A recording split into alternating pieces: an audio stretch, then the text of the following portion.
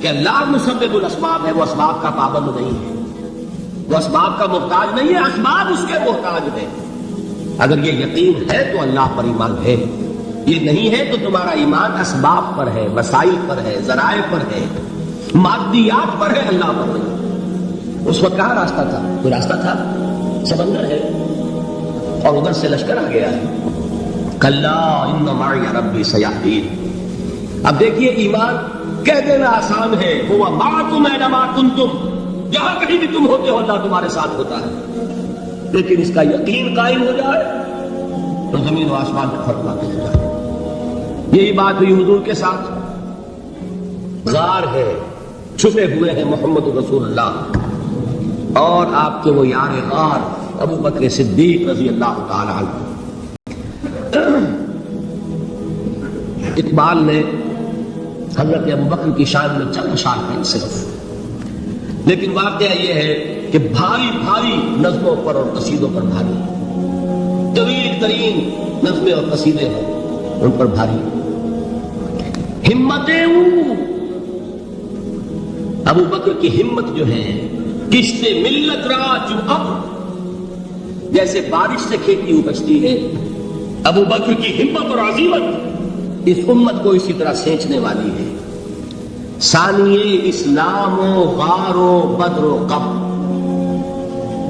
وہ دوسرے تھے اسلام میں، دوسرے پہلے کون تھے؟ انا اول المومنین، حضور فرماتے ہیں سب سے پہلا ایمان لانے والا میں، دوسرے ابو بکر۔ ویسے ہمارے ہاں یہ چلتا ہے اختلاف، حضرت علی پہلے ہے کہ حضرت ابو بکر پہلے ہے، لیکن اس میں بڑی خوبصورت تطبیق قائم کی ہے علماء نے، بہت صحیح۔ چار کے بارے میں فیصلہ ہی مت کرو کہ کون پہلے ہے، ان کی ایک عجیب تقسیم کر دی ہے۔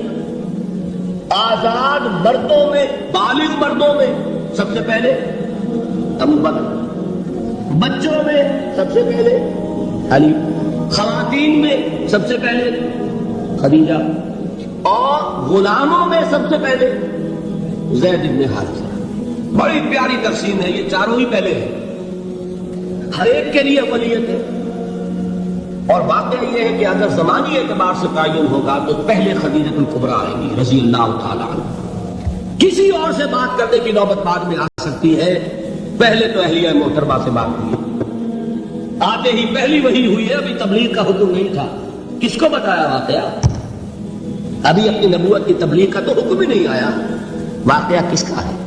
وہ خدیجہ کا ہے۔ جب کہا ہے کہ خشیت علی نفسی، مجھے اپنی جان کا اندیشہ ہے، تو کیا جواب دیا خدیجہ نے رضی اللہ تعالی عنہ؟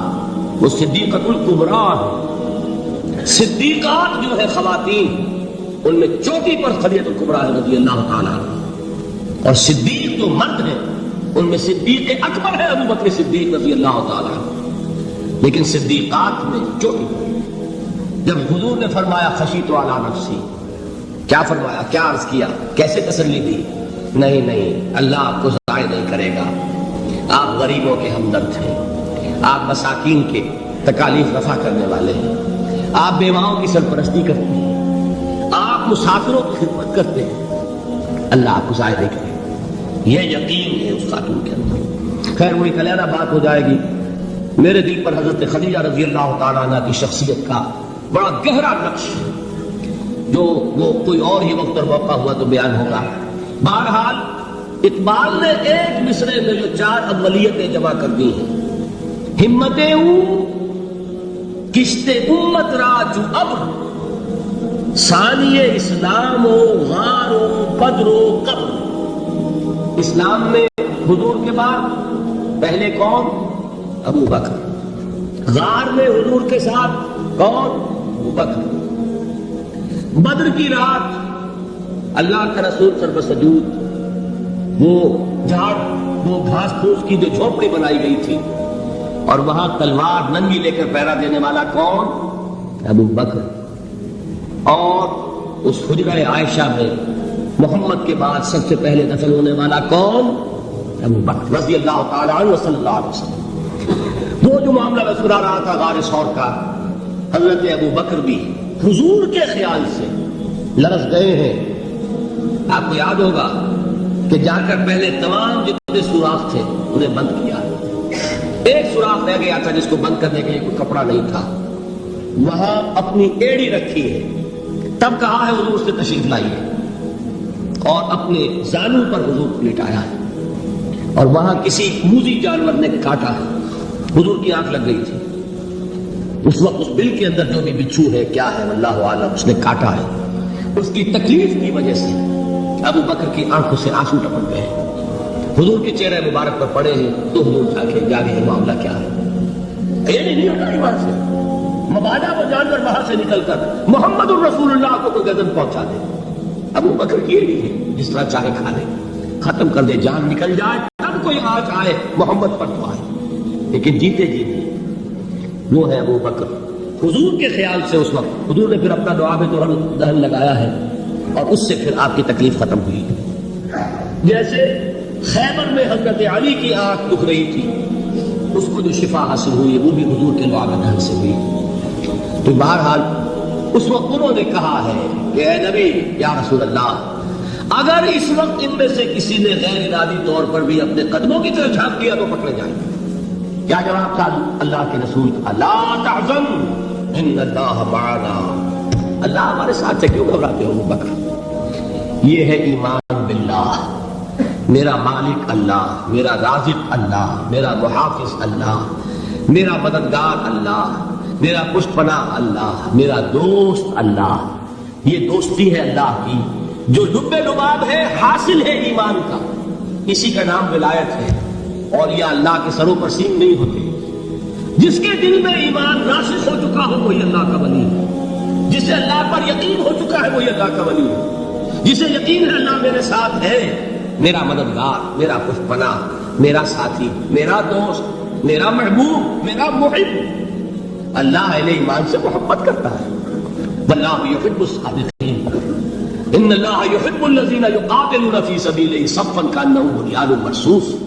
اللہ محبت کرنے والا، اہل ایمان محبوب، اور اہل ایمان محبت کرنے والے اللہ محبوب۔ والذین آمنوا اشد حبا للہ۔ آپ تصور کیجئے جس سے یہ رشتہ ایمان یا رشتہ ولایت حاصل ہو جائے، الا ان اولیاء اللہ لا خوف علیہم ولا هم یحزنون، آگاہ ہو جاؤ، اللہ کے دوستوں کے لیے نہ کوئی خوف ہے نہ کوئی حزن ہے۔ اور میں بیان کر چکا تھا خوف اور حزن کے خاتمے ہی کا نام امن، زوال خوف، زوال حزن۔ یہ خوف اور حزن کیوں آتے ہیں بار بار؟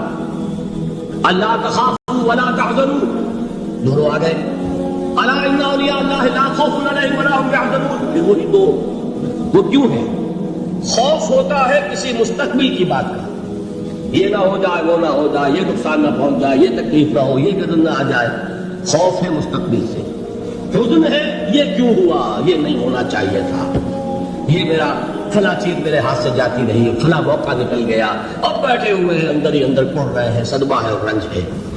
اور جو اللہ پر ایمان رکھتا ہے وہ جانتا ہے ما اصاب من مصیبت فی الارض ولا فی انفسکم الا فی کتاب من قبل ان نبرأها ان ذلک علی اللہ یسیر لکی لا تعصوا علی ما فاتکم ولا تفرحوا بما آتاکم واللہ لا یحب کل مختال فخور۔ اس زمین میں یا تمہاری جانوں میں کوئی تکلیف، کوئی مصیبت نہیں آ سکتی سوائے اس کے کہ جو اللہ نے لکھ دی ہو، اس سے پہلے کہ وہ ظاہر ہو۔ جس کو یہ حقیقت معلوم ہو گئی اس کو یہ طرز عمل اختیار کرنا چاہیے، جو چیز چھن جائے، جاتی رہے، چھوٹ جائے، اس پر افسوس نہ کرو۔ کس نے چھینی؟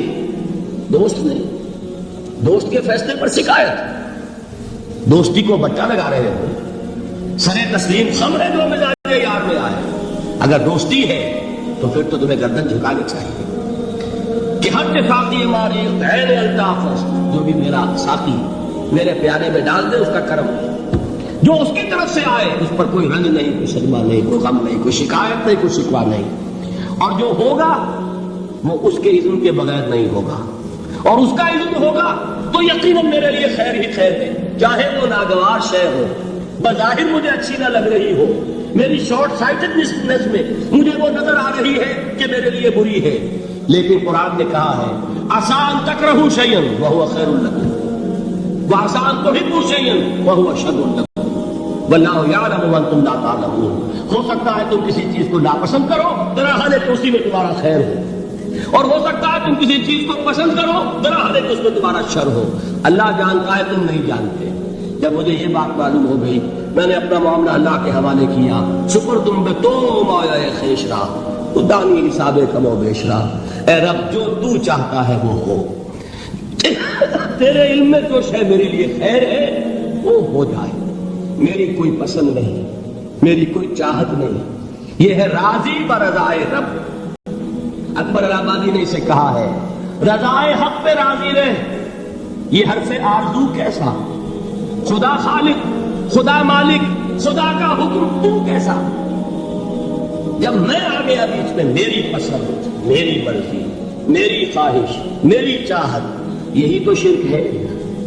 ما شاء اللہ کان وما لم یشاء لم یکن، جو اللہ نے چاہا وہ ہوا، جو اس نے نہیں چاہا نہیں ہوا، اختیار اس کا ہے، میرا تو نہیں۔